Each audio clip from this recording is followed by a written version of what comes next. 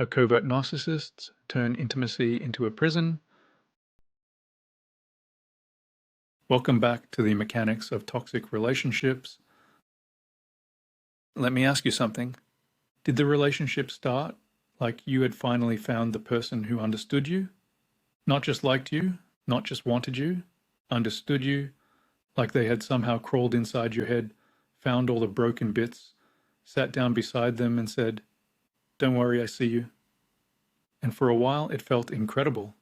The late night conversations, the emotional intensity, the feeling that this person was different, the way they made you feel chosen, important, and special, like you had finally met someone who got the wiring.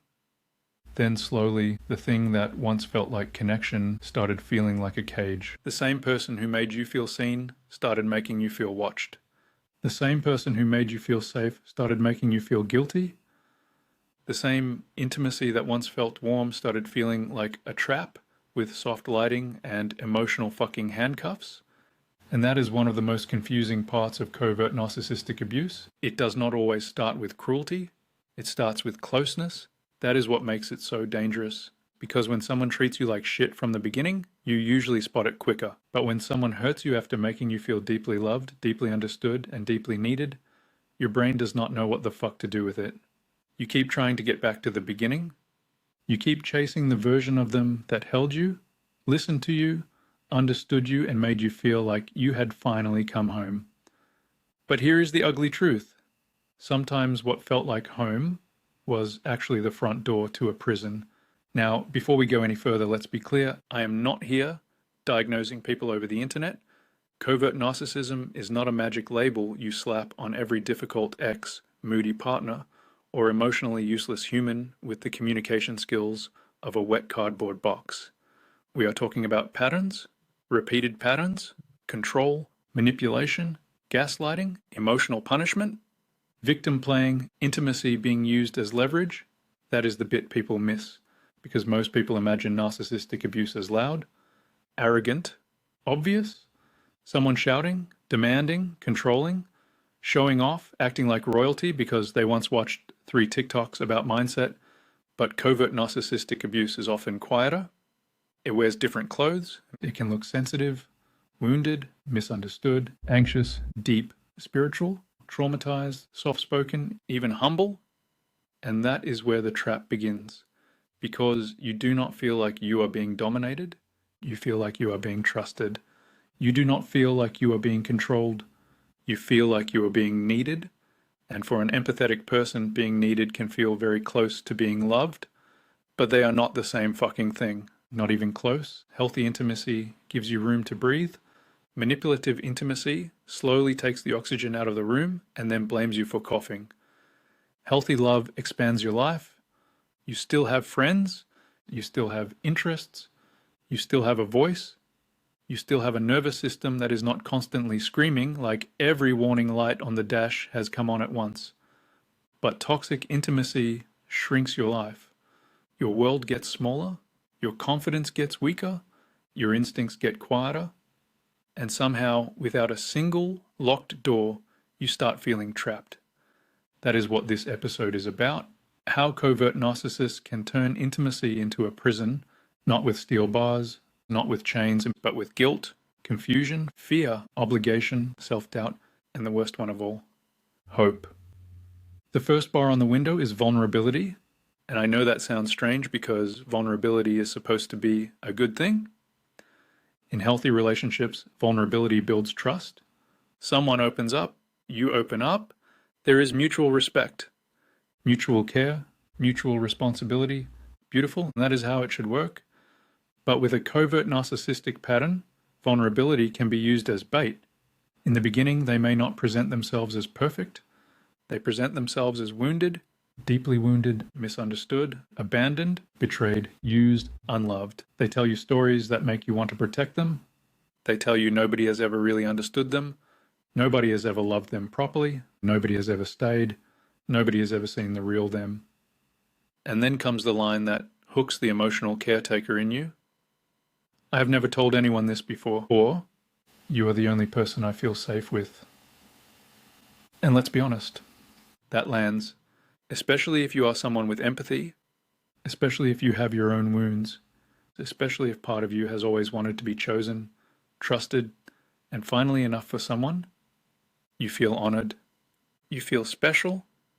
You feel like you have been allowed into a private room nobody else has seen. But sometimes that room has no exit, because now you are not just a partner, you are the emotional support department, you are the unpaid therapist, you are the trauma sponge, you are the one expected to regulate their moods, understand their pain, forgive their behavior, and make allowances for every bit of damage they refuse to take responsibility for. And if you ever have a need, problem. If you ever say, hey, this hurts me, problem. If you ever say, I need space, massive fucking problem. Because suddenly your boundary is not a boundary, it is abandonment. Your pain is not pain, it is an attack. Your exhaustion is not exhaustion, it is proof you do not care. And this is where the trap tightens. They gave you their vulnerability, but not as a bridge, as a contract. A silent contract that says, because I am wounded, you are responsible? No, fuck that. That is not love. That is emotional debt dressed up as intimacy, and a lot of people spend years trying to pay off a bill they never agreed to. The second bar is intimacy as a reward system. This is where things get properly addictive. One day they are warm, loving, affectionate, connected. They look at you like you are the best thing that ever happened to them. They say the right things, touch you the right way, send the right messages. You feel the old version of them come back, and your whole body relaxes. There they are. That is the person I fell in love with. That is the real them. That is what I've been waiting for. Then without warning they go cold. Distant, irritated, flat, unavailable. You ask what is wrong? They say, nothing. But it is not nothing. It is the loudest fucking nothing in the world. It is nothing with a body count. Now you are scanning everything. Did I say something? Did I do something? Was my tone wrong? Did I text too much? Did I not text enough? Was I too needy? Too independent? Too honest? Too quiet? You start searching your own behavior like there must be evidence somewhere. And that is the design. Because if they can make you believe their withdrawal is always caused by you, then you will keep adjusting yourself to get the warmth back. That is not romance, that is conditioning. It is hot and cold, push and pull, reward and punishment. Affection becomes the carrot, silence becomes the stick, and the worst part is when they finally give you warmth again, it feels incredible. Not because the relationship is healthier, but because your nervous system has been starving. A crumb feels like a feast. When someone has been emotionally starving you for days, that is how trauma bonds work. You are not addicted to love. You are addicted to relief. There is a big difference. Love feels safe. Relief feels like finally being allowed to breathe after someone has held your head underwater. And because the good moments still exist, you keep doubting the bad ones. You say things like, but they can be so loving. But when it is good, it is amazing. But I know who they really are underneath it all. Maybe. But listen carefully. A person is not just who they are when they are getting what they want. A person is also who they are when you have needs. When you say no, when you disagree, when you are tired, when you are hurt, when you stop performing the role they assigned you, that is where the truth lives. Not in the honeymoon version, not in the apology version, not in the sad little puppy dog face they pull after they have fucked with your head for 3 days. The truth lives in how they treat you when control slips. Now let's pause there for a second, because if this is hitting you, I do not want you sitting there thinking, how was I stupid enough to fall for this? You are not stupid. You are human. You responded to affection, vulnerability, intensity, and hope. That does not make you weak. It means someone found your empathy and used it like a spare key. There is a difference. So if you have lived this hot and cold cycle, drop a comment, not because you owe anyone your story, but because somebody else reading it might realize they are not losing their mind. And sometimes that is the first crack in the prison wall. The third bar is isolation, and this one is sneaky, Because most covert narcissistic patterns do not begin with, "You are not allowed to see your friends." That would be too obvious. That would set off alarms. Instead, it starts softly. A little comment after you come home happy. "Oh, you seem to have a good time." Not said warmly, said like your happiness has offended them, or must be nice, or "I just feel like you are different when you are around them," or "I guess they are more important than me."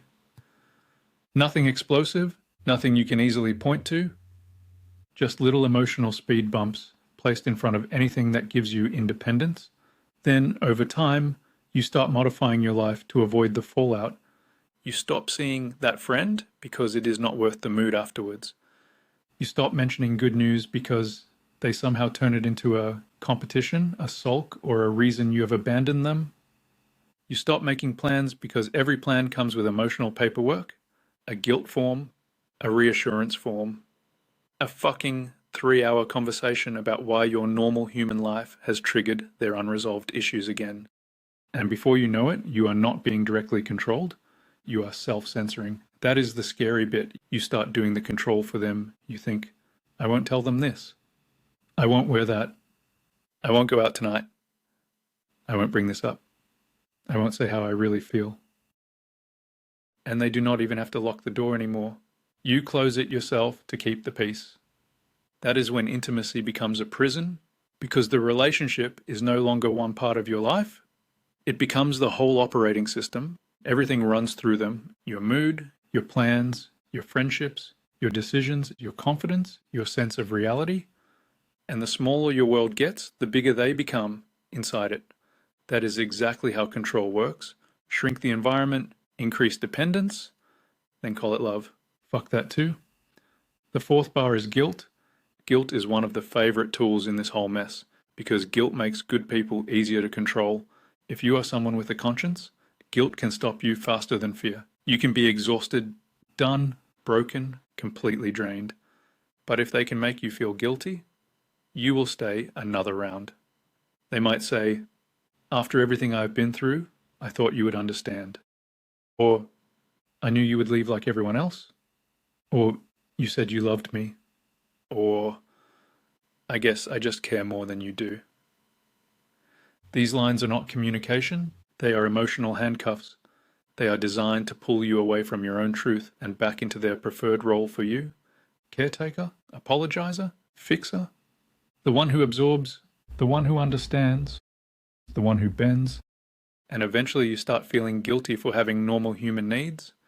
You feel guilty for wanting peace, guilty for wanting space, guilty for being hurt, guilty for being angry, guilty for not wanting to have the same argument for the 900th time. That is not love. That is emotional taxation. And the tax rate is 100% of you. A relationship should not make you feel like you need to lodge an emotional tax return every time you want a quiet night. That is not intimacy. That is fucked. Then comes the wall that closes the whole thing in. Gaslighting. This is where they start damaging your trust in yourself. They deny what happened. They twist what was said. They rewrite the sequence. They minimize the impact. They turn your reaction into the crime scene and quietly hide what they did to cause it. You say, "That hurt me." They say, "You are too sensitive."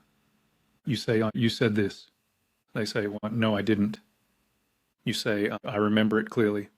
They say, "You always twist things." And over time, this starts to do something horrible inside your mind. You stop asking, what did they do? And start asking, what the fuck is wrong with me? That shift is everything. Because once they can move the focus from their behavior to your reaction, they have dragged the whole conversation into their workshop and hidden the tools. Now you are defending your tone, your timing, your wording, your face, your memory, your emotional state, your childhood, your mental health, anything except the actual issue. And this is how intelligent, capable, strong people end up confused. It is not because they are weak. It is because the relationship becomes a fog machine. You cannot fix what you cannot see clearly, And covert manipulation is very good at making the obvious feel uncertain. You know something is wrong, but you cannot prove it in a neat little sentence. You feel controlled, but they did not technically forbid anything. You feel punished, but they say they are just hurt. You feel drained, but they say you are the one who changed. So you keep looking for the perfect explanation, the perfect sentence, the perfect way to make them understand. But here is the brutal part. Some people understand perfectly. They just benefit from pretending they do not. And once you accept that, a lot of the fog starts to clear. One of the most painful parts of this whole dynamic is how you become your own prison guard. They do not have to be there 24 hours a day. Their voice gets installed in your head. You hear it before you speak. You hear it before you make plans. You hear it before you set a boundary. You hear it before you rest. You start predicting their reactions, managing their moods, shrinking your needs, softening your words, rehearsing conversations in the shower, like you are preparing legal defense for wanting basic respect. And that right there is one of the most fucked parts of it. You are not even arguing with them anymore. You are arguing with the version of them they left in your nervous system. That is when you know the relationship has moved inside you. The prison is no longer just the person.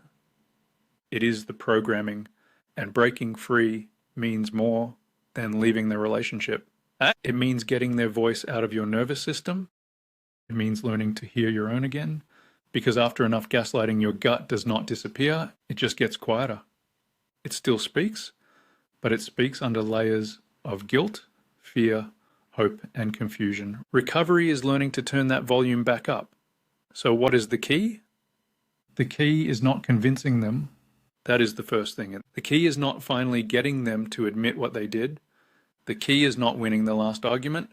The key is not finding the magic paragraph that makes them say, "You are right. I have been emotionally manipulative, and I will now become accountable." Good luck waiting for that one. You will have a beard down to your knees and still be explaining basic empathy to someone who treats accountability like it is a parking fine they can appeal.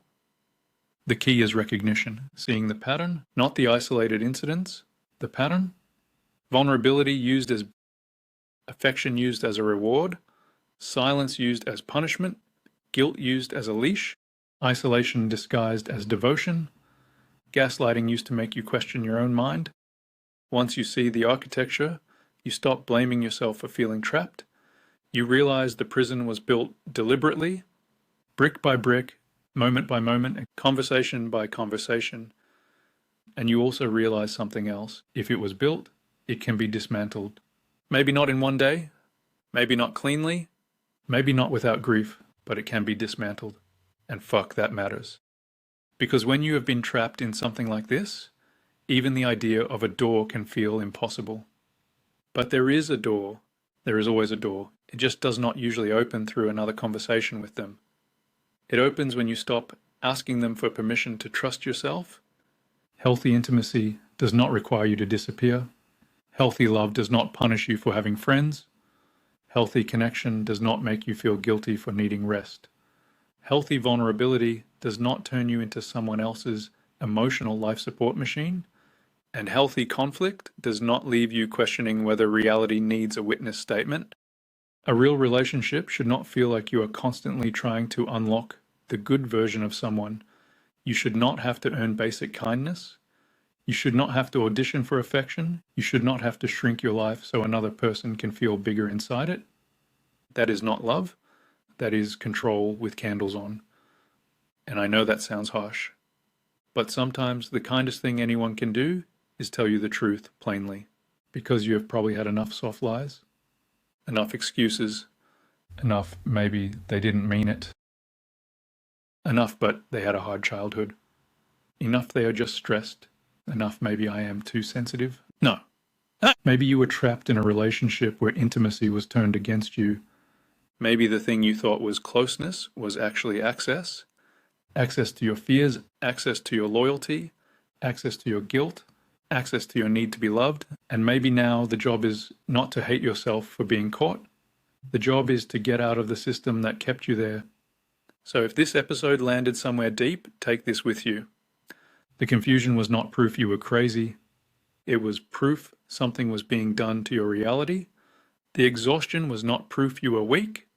It was proof you were carrying more emotional weight than one person should ever be asked to carry. And the fact that you still love them does not mean it was healthy. It means the hook was powerful. That is all. You can love someone and still recognize the relationship was destroying you. You can miss someone and still know they were not safe. You can grieve the beginning and still walk away from the ending.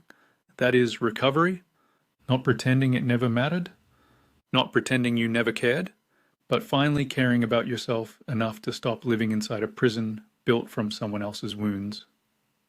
Freedom starts when you stop asking, how do I get them back? And start asking, what part of me did I abandon trying to keep them? That is where the work begins. That is where your life starts getting bigger again. That is where your voice comes back. And that is where the door opens. Until next time, look after yourself.